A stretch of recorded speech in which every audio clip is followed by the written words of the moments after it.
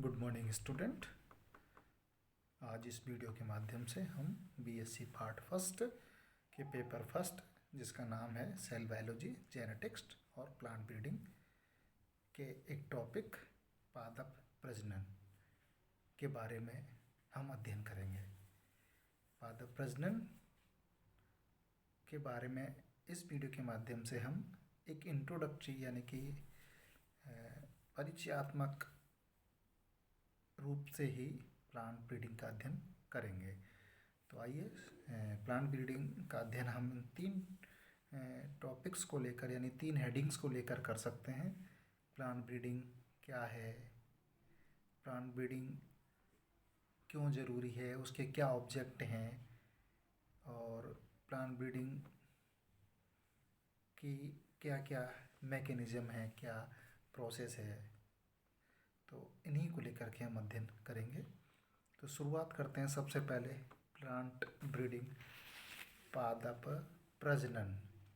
तो plant breeding का हम मोटे मोटे रूप में जानें तो होता क्या है, यानी प्लांट ब्रीडिंग का परिभाषा क्या हो सकती है।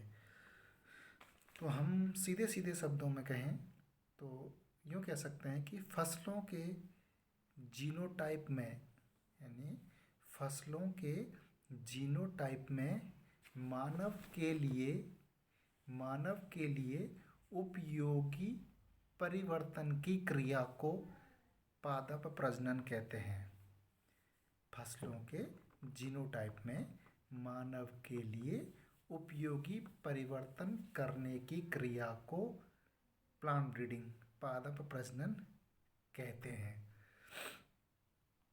तो ये हुई इसकी मोटे मोटे रूप में परिभाषा प्लांट ब्रीडिंग के लिए। प्लांट ब्रीडिंग के क्या क्या ऑब्जेक्ट हैं उन्हीं के बारे में हम अध्ययन करें। क्वेश्चन अक्सर इस पर आता है कि प्लांट ब्रीडिंग की परिभाषा और प्लांट ब्रीडिंग के उद्देश्य के बारे में लिखिए। तो प्लांट ब्रीडिंग के जो मेन ऑब्जेक्ट हैं उन्हीं के बारे में आज हम अध्ययन करते हैं। तो सबसे पहले है प्लांट ब्रीडिंग के मेन उद्देश्यों में जो हम प्रथम स्थान पर ले सकते हैं वह है अधिक उपज, यानी कि अधिक उपज देने वाली ऐसी किस्मों का विकास करना जिससे फसल का प्रोडक्शन बढ़ता जाए। और मेन उद्देश्य यही रहता है प्लांट ब्रीडर्स का कि अधिक उपज देने वाली किस्मों का विकास किया जाए। नंबर 2,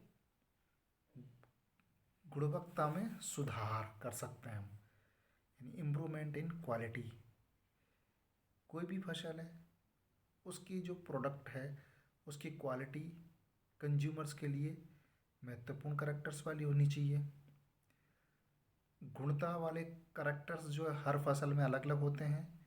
जैसे कि मान के चले गेहूं में रोटी और डबल रोटी बनाने की क्वालिटी होती है, दालों में प्रोटीन अंश होता है, तिलहनों में तेल अंश होता है, तो तेल की जो क्वालिटी है वो, चावल के अंदर कुकिंग क्वालिटी होती है, फलों में साइज़ की क्वालिटी होती है, रंग की क्वालिटी होती है और उनकी खुशबू और स्वाद। तो ये इम्प्रूवमेंट इन क्वालिटी, तो किसी भी फसल के अंदर अथवा फ्रूट्स के अंदर हम क्वालिटी में इम्प्रूवमेंट लाने के लिए लाना चाहते हैं, ये इसका सेकंड उद्देश्य है। इसी प्रकार थर्ड जो उद्देश्य है वह है ऐसी फसलें उगाना जो कि रोग एवं कीट प्रतिरोधी हों। तो रोगों से एवं कीटों से फसलों की हानि नहीं हो, इसके लिए ऐसी किस्मों का प्रोडक्शन करना जो कि डिजीज़ फ्री हों, इंसेक्ट रेजिस्टेंट हों। नंबर 4, ऐसी फसलों का प्रोडक्शन करना जो कि शीघ्र पक जाएं, अर्ली मैच्योरिंग।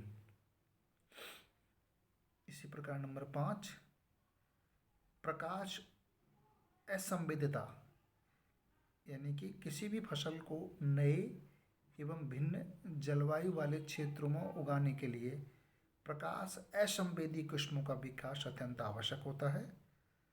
और प्रकाश असंवेदी किस्मों के कारण ही धान की खेती पंजाब में और गेहूं की खेती पश्चिमी बंगाल में संभव हो पाई है। इसी प्रकार जो अन्य लक्षण हैं जिनमें लंबाई, तल शाखन, बौनापन इत्यादि में सुधार भी महत्वपूर्ण होता है। तो धान व गेहूं की बौनी किस्मों के विकास के लिए उनकी उपज में बहुत अधिक वृद्धि हुई है। इसी प्रकार कुछ फसलों में एक साथ पकने की क्रिया को भी बढ़ावा देने के लिए वो ऑब्जेक्ट में आता है। जैसे मूंग की फलियों एक साथ नहीं पकती हैं, है ना। इन फसलों में एक साथ पकने के लिए प्लांट ब्रीडिंग की ज़रूरत पड़ती है। इसी प्रकार सूखा एवं लवण सहिष्णुता वाली फसलें भी प्लांट ब्रीडिंग के उद्देश्य में आते हैं। तो इस तरह से कई मुख्य उद्देश्यों को ध्यान में रखते हुए प्लांट ब्रीडिंग इस तरह की फसल उगाने के लिए प्रयास करते हैं और ये प्रयास के फलस्वरूप ही वो उस तरह की फसल का प्रोडक्शन कर पाते हैं। अब आगे थर्ड जो चीज़ है हमारी फसल प्रजनन की क्रियाएं, यानी पादप प्रजनन की क्या क्या क्रिया होती है जिनके द्वारा हम यानी प्लांट ब्रीडर्स किस तरह से अपने नए प्लांट्स का प्रोडक्शन कर पाता है। तो उसके लिए सामान्यतः कुछ 5 प्रक्रियाएं होती हैं। सबसे पहली प्रक्रिया है वेरिएशंस ऑफ प्रोडक्शन, यानी विविधता उत्पादन। नंबर 2 है सलेक्शन, वर्ण।